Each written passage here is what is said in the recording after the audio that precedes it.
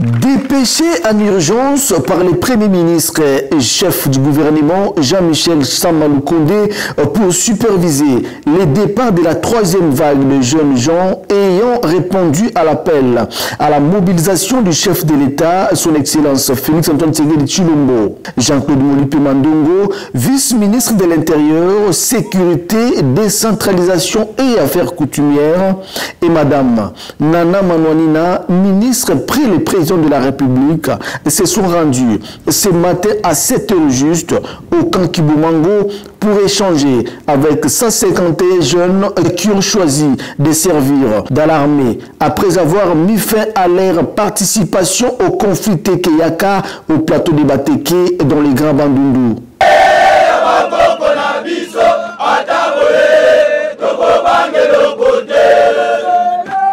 Prenant la parole, ces deux membres du gouvernement congolais ont adressé tour à tour les messages du chef de l'État, son Excellence Félix-Antoine Tshisekedi Tshilombo, à ces jeunes gens jadis abusés par les tireurs de ficelles dans les conflits Tekeyaka. Le vice-ministre Jean-Claude Molipe Mandongo leur a signifié que le président de la République tient beaucoup au retour de la paix totale sur toute l'étendue du pays et particulièrement dans le plateau de Bateke d'où ils sont issus. Il les a aussi encouragés à servir fidèlement la nation à l'issue de leur formation militaire dans les différents centres de formation où ils vont être déployés.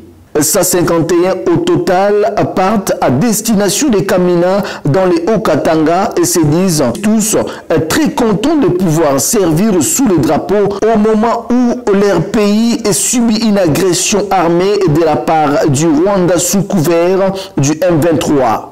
C'est comme vous avez remarqué déjà, c'est la troisième vague des enfants que nous sommes en train de récupérer à partir de la mission de la pacification qui est institué par le chef de l'État, le président de la République, dans le Grand Bandundu. Ces enfants sont aujourd'hui au nombre de 151, comme la ministre après le président de la République l'a dit. Aujourd'hui, ils partent vers Kamina. Et je pense que nous sommes en train de vivre ça maintenant ici dans les camps de Kiboma, comme vous voulez dire, sont maintenant à la disposition de l'armée.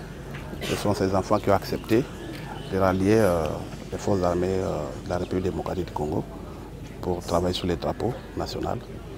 Et je pense qu'aujourd'hui nous vivons déjà l'impact de cette mission qui est instituée par le président, qui est en train d'être maintenant matérialisée avec la paix, avec la restauration de l'ordre public qui est en train d'être restaurée maintenant à partir de escadrons de la police qui existe maintenant sur le terrain qui prend la relève. Et voilà, c'est l'appel du chef de l'État.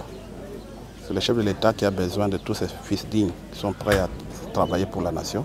Ils ont accepté volontairement. Ils sont ici parce qu'ils l'ont accepté eux-mêmes, sans contrainte. Oui, la paix règne. La preuve, c'est que déjà les déplacés commencent à regagner leur terroir. Nous sommes en train de travailler également avec le ministère des Affaires sociales pour essayer de voir comment les réinsérer. Donc la paix est vraiment en train d'être restaurée dans ce milieu-là. Les deux autorités ont personnellement supervisé l'embarquement de ces jeunes pour toute fin utile depuis l'aéroport de Njili où ces jeunes ont fait les déplacements dans l'enthousiasme, scandant des chansons de joie et chemin faisant.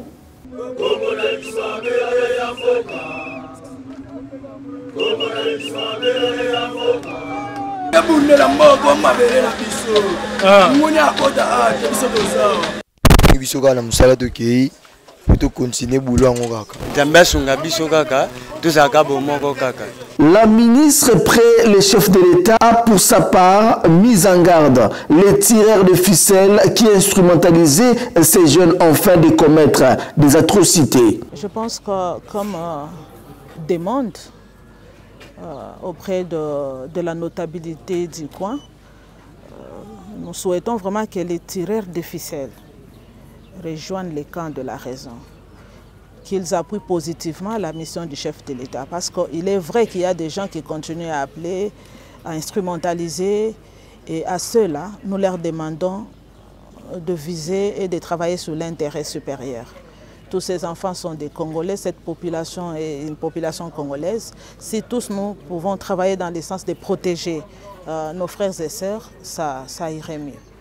C'est vraiment une demande que les politiciens qui peuvent se retrouver derrière réalisent que nous avons besoin de la paix. Pour rappel, c'est l'eau de 151 jeunes qui vont servir la République démocratique du Congo constitue une troisième vague après la première de 112 et deuxième 87 qui se sont rendus pour servir leur nation, avec comme objectif le retour de la paix totale dans le plateau de Batéké, autrefois théâtre des événements sanglants entre différentes communautés du pays.